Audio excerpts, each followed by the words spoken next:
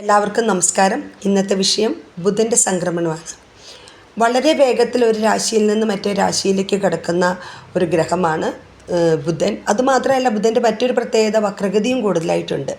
വളരെ പെട്ടെന്നാണ് ഇതിൻ്റെ ഒരു വളരെ വേഗത കൂടിയ നക്ഷത്രമായിട്ടാണ് കണക്കാക്കുന്നത്. എന്തായാലും ഇന്നത്തെ ഗ്രഹനില അനുസരിച്ച്, അതായത് 2026 മെയ് മാസം 20 മുതൽക്ക് മേടരാശിയിൽ നിന്നും ഇടവരാശിയിലേക്ക് മാറുകയാണ്. പക്ഷെ വളരെ പെട്ടെന്ന് തന്നെ മെയ് 29 മിഥുനം രാശിയിലേക്ക് പ്രവേശിക്കാൻ തുടങ്ങുകയാണ്. അപ്പോൾ മിഥുനത്തിൽ എന്ന് പറഞ്ഞാൽ അതിൻ്റെ പ്രത്യേകത ബുധൻ്റെ ക്ഷേത്രം കൂടിയാണ്. ഏറെ സവിശേഷതയുള്ള ഭദ്രരാജയോഗം ഈ സമയത്താണ് ഉണ്ടാകുന്നത്. ഈ രാശിമാറ്റം പ്രധാനമായിട്ടും ഒരുപാട് പേർക്ക് ഗുണകരമാകുന്നു, ചിലവർക്കെല്ലാം ദോഷകരമാകുമെങ്കിലും നമുക്ക് ആർക്കൊക്കെ ഗുണമെന്ന് നോക്കാം. ഇതിൻ്റെ പ്രകടമായ ഗുണങ്ങളുണ്ടാകുന്ന രാശി ആദ്യമായിട്ട് ഏതായിരിക്കണം? മിഥുനക്കൂറ് തന്നെ ആയിരിക്കണം അല്ലേ? എന്നാൽ നമുക്ക് മിഥുനക്കൂറ് നോക്കാം.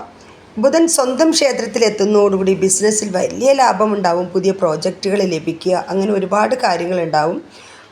വിവാഹത്തിൽ തടസ്സമുണ്ടായി നിൽക്കുന്നവരുടെ വിവാഹം വളരെ പെട്ടെന്ന് നടക്കാനുള്ള സാധ്യതകളും ഉണ്ടാവുന്നുണ്ട്. കാരണം 7ലേക്കുള്ള ബുധൻ്റെ ശക്തമായിട്ടുള്ള നോട്ടമാണ്, അതും വ്യാഴക്ഷേത്രത്തിലാണ്. ഇപ്പോൾ തന്നെ സംക്രമണം നടത്തിയിട്ടുള്ള ഇടവക്കൂറുകാർക്ക് എന്ത് സംഭവിക്കുന്നു? ഇടവക്കൂറുകാർ ആരാണെന്ന് നമുക്കറിയാം അല്ലേ?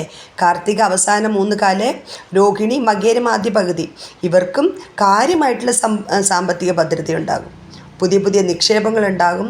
എങ്കിലും 12ലേക്ക് അതായത് മിഥുനത്തിലേക്ക് കടക്കുമ്പോൾ 12ാം ഭാവമാണെങ്കിലും അത്ര വരെ ഉണ്ടായിരുന്ന ബുധൻ്റെ എല്ലാവിധ ഗുണങ്ങളും ഇടവക്കൂറുകാർക്ക് ഉണ്ടാവാനുള്ള സാധ്യത കൂടുതലാണ്.